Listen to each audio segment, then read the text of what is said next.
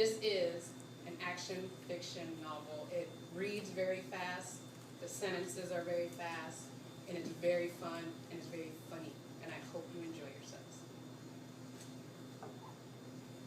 Phoebe, bearing a dinner tray of 3/4-pound burgers, 2 cans of beer, and a rack of pork ribs, opened the guest room door with a gentle front kick.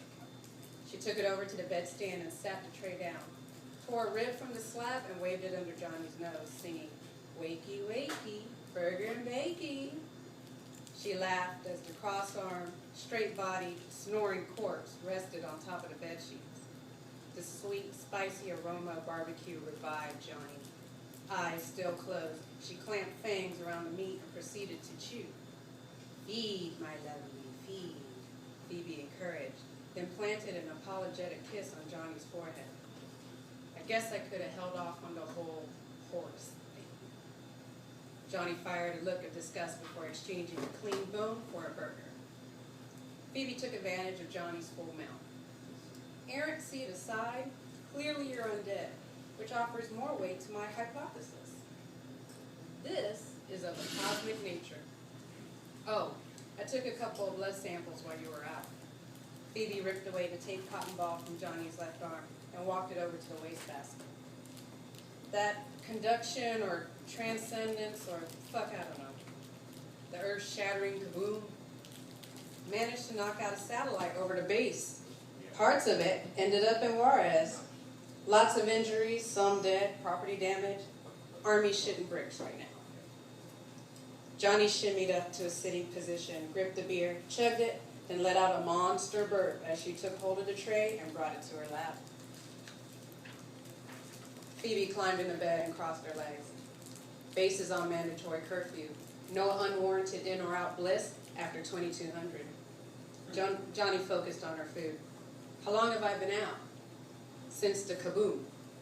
"We get the stuff?" "The stuff?" "Johnny, you exploded. Things around you exploded.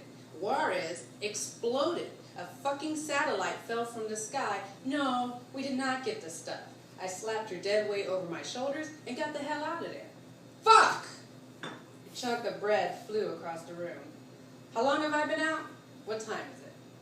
Johnny pulled Phoebe's wrist to her face and read 8:11 p.m. "Shit. Where are my pants? I need my phone." Johnny returned the tray to the stand, swung her legs over Phoebe, planted her feet on the floor to step into the closet. Phoebe helped herself to the second beer. "Not even a thank you, huh? And you said I had shitty-ass priorities. Here's some news. You don't have pants." Johnny chucked her rucksack to the center of the room. "What?" Phoebe pointed to the floor.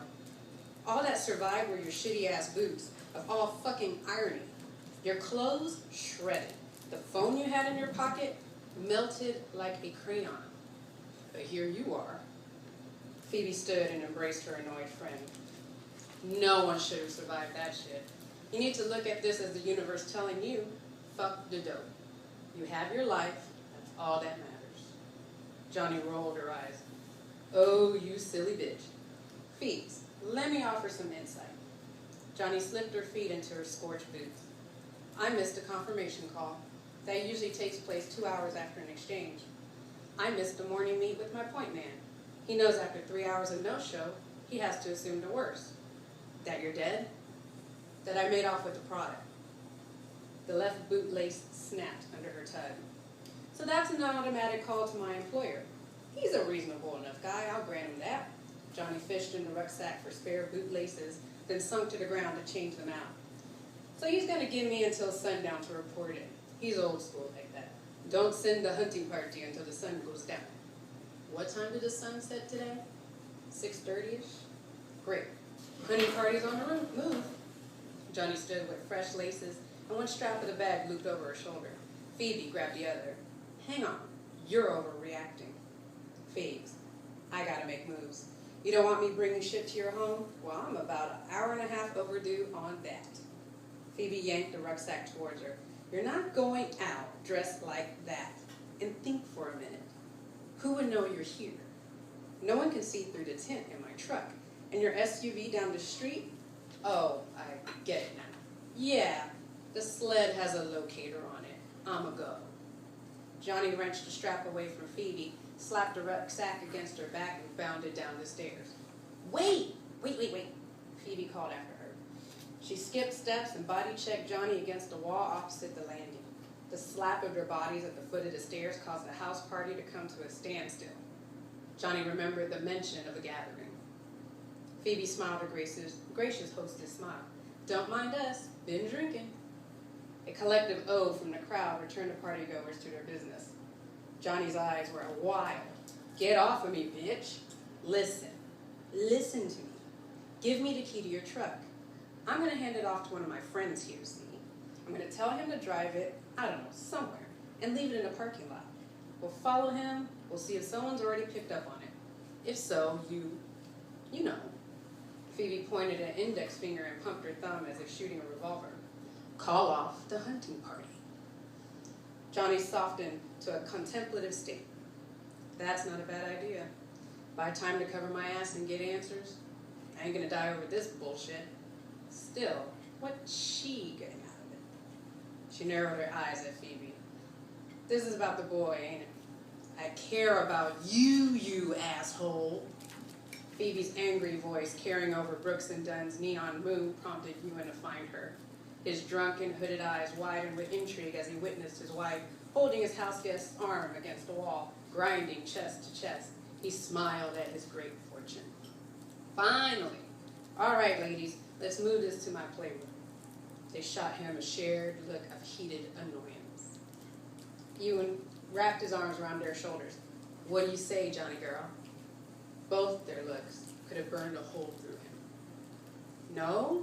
He backpedaled with arms flared in defeat. Fine. Les out and hurt my feelings. Ewan returned to the crowd. Everyone, as you were. Phoebe returned her glare to Johnny. Stop reacting. Start thinking. What if the next time it happens, you do explode? Then what does it matter if your boss gets his shit or not? Get your priorities straight. Phoebe racked Johnny against the wall. We gotta figure out why this shit's happening. I'm involved whether you like it or not, fucker. Johnny acquiesced with a deep sigh. Let go of me. Phoebe broke her grip, satisfied she got her way. Johnny dug in the outer pocket of her bag, fished out the ignition key, and placed it in Phoebe's hand. I need another beer. Phoebe kissed Johnny's cheek, then wandered into the crowd to look for a driver. Johnny went into the kitchen, opened the refrigerator, and snatched a cold one. She closed the door and found Ewan standing behind it, arms crossed. Fucking ninja. You look like Pippi Longstocking training for ranger school. Huh. Where the fuck do you think you're going? You have a concussion, remember? Of course not. Johnny upended the beer. Her bottom lip caught in the bottle and made a popping sound as she pulled it out. She pushed her chest into his. How much did she tell you? Gray eyes met gray eyes. Who tell me what? Johnny searched his face for any sign Phoebe told him what really happened. Ewan took her intense stare as an invitation to move in and shove his tongue in her mouth. Johnny pushed her away. Fucker! Ew! She stomped upstairs to change clothes, finding the ripped front jeans left on the dressing chair in her room. She pulled off her shorts, leaving her boots on, forcing the legs over them, and slowed upon reaching a stretchy band of material where the belt loops and zipper should be. The material reached to below her ribs. Phoebe entered the room with a chuckle. What's up with these jeans? Johnny took off her shirt, then turned in the mirror to admire the strange marriage of denim to spandex. Johnny stood back and executed a few squats, enjoying the give at the hips. Damn, these are comfortable. They're pregnancy pants. Johnny gave Phoebe a look of incredulity. Well, what do you want me to do? Your legs are way thicker than mine now. You got hips, girl. They're the only clothes I know will fit you. Johnny took another look in the mirror. The band of the pants met the undercarriage of her sports bra, making one stretchy fight suit. Johnny smiled. You got more of these? Phoebe guffawed. A whole box in the shed. Mail those shits to me. I need these pants in my life. Phoebe held up the green shirt for Johnny to put on. She observed a crocheted tie front poet shirt and offered a resounding no. Then dug into her rucksack for a crumpled fitted black Deftones concert tee. She took one more look in the mirror, snapped her high, comfy waistband, and nodded. Let's go. Next chapter. The two women tailed the sled and its oblivious driver, one Sergeant Papichulo, onto the New Mexico State University campus. After an intense hour of non-eventful surveillance, the three regrouped in the campus student center. While the sergeant and Phoebe flirted with a gaggle of sorority girls, Johnny used the lobby payphone to make a call. Hey, chicklets. A gasp came through from the other end of the line. 646. Are you on my campus? Yeah, you? I'm in the student center. Me too. Johnny looked around to see if she saw the girl. Don't hang up. Johnny listened as Chiclet spoke to someone else. I know, big sister, I'm sorry, but it's family. I know, I'm sorry, big sister. Johnny burned at the sound of some loudmouth bitch railing on Chiclets. I know I can't have my phone. Yes, big sister, I know, but it's family? Johnny could hear whoever big sister was ranting. What floor are you on, Chiclets? Before she got an answer, she heard the phone at the other end clatter to the floor. Then the voice Johnny recognized as the ranting bitch spoke into the phone. Who the fuck is this? Who the fuck is this? You are interrupting sorority business. What is so damn important that you have to interrupt my set? What floor are you on? Are you a sister? Yes, I am. Where are you holding set? 3rd floor, ballroom C1. You better be standing outside when I get there, bitch. Johnny slammed the receiver down. Phoebe and Papichulo gave her a look. You two, stay right here. I'm about to handle something. Johnny flew up the staircase towards the sorority meeting. Papichulo watched her disappear. That don't sound good. Do we follow her? Phoebe answered with a dismissive wave of her hand and continued flirting with a 20-year-old economics major. Johnny sniffed and keened down the vast floor rooms like a wild dog searching for a bunny. The signs directed her to turn left towards the C rooms. She stomped down the long hallway, finding at its end a big-bodied woman wearing Greek letters across her chest. Johnny widened her step, eager to start swinging. That was you on the phone? Big sister sassed from the distance. Johnny puffed out her chest. That's right. Big sister deflated as the arm-swinging woman grew larger with every closing step. She gave Johnny a confused look. You pledged how long ago? Johnny marched right into Big Sister's body, forcing the bitch back with every step. Where's Chiclets? The pudgy sorority girl's voice shriveled to a squeak. I don't know what Chiclets. Johnny corrected with a low growl. Lakshmi Deshpande, and pulled the girl's hair, yanking her head back. You get her out here, right now. Within seconds, the defeated woman disappeared and Chiclets appeared, dressed in all black. Johnny grabbed Chiclets' arm and dragged her into the nearby women's restroom. You're messing up my pledge meeting, Johnny. They're gonna kick me out now. Johnny checked all the stalls. Trust me, I'm doing you a favor. When she was sure they were clear, Johnny lifted Chiclets onto the sink counter. What's going on? Chiclets kissed Johnny with relief. She inspected her face. Johnny looked mad, which meant she was fine. Where have you been? Rockaway said you took off with the stuff. Not true. What else? Johnny was speaking hurriedly. She figured Big Sister had called security by now. Rock called Nico. Nico said to wait till 7 p.m. If he didn't get a call from you by then, Chiclets sat back inside. Johnny straddled Chiclets with her arms. What'd he say? Search and destroy. Chiclets flinched when Johnny punched the hand dryer. They won't tell me what that means. How bad is it?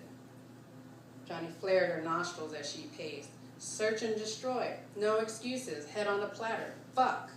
So much for a clean break. Chiclets lowered her head to hide her tears. Rock. Nico made him the lead. Chiclets crying confirmed Johnny's guess. Johnny shook her. Get your head together. Does he think I'm already dead?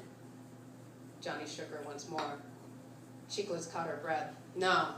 He's checking your houses. Coco's on the flights out of El Paso. He's got your border patrol guys on the bounty. Fuck! Chiclets straightened her spine and spoke decisively. You need to go, Johnny. Leave now. A knock on the restroom door interrupted them. Campus police, we're coming in. Johnny didn't hesitate. She barreled into the first cop, shoving him into his partner, who slammed against Big Sister. Johnny stepped over all three bodies, sprinted down the hallway, then flew down the steps and through the main doors. Phoebe hugged her new playmate. We have to go. I'll call you, sweetie. She and Papi Chulo ran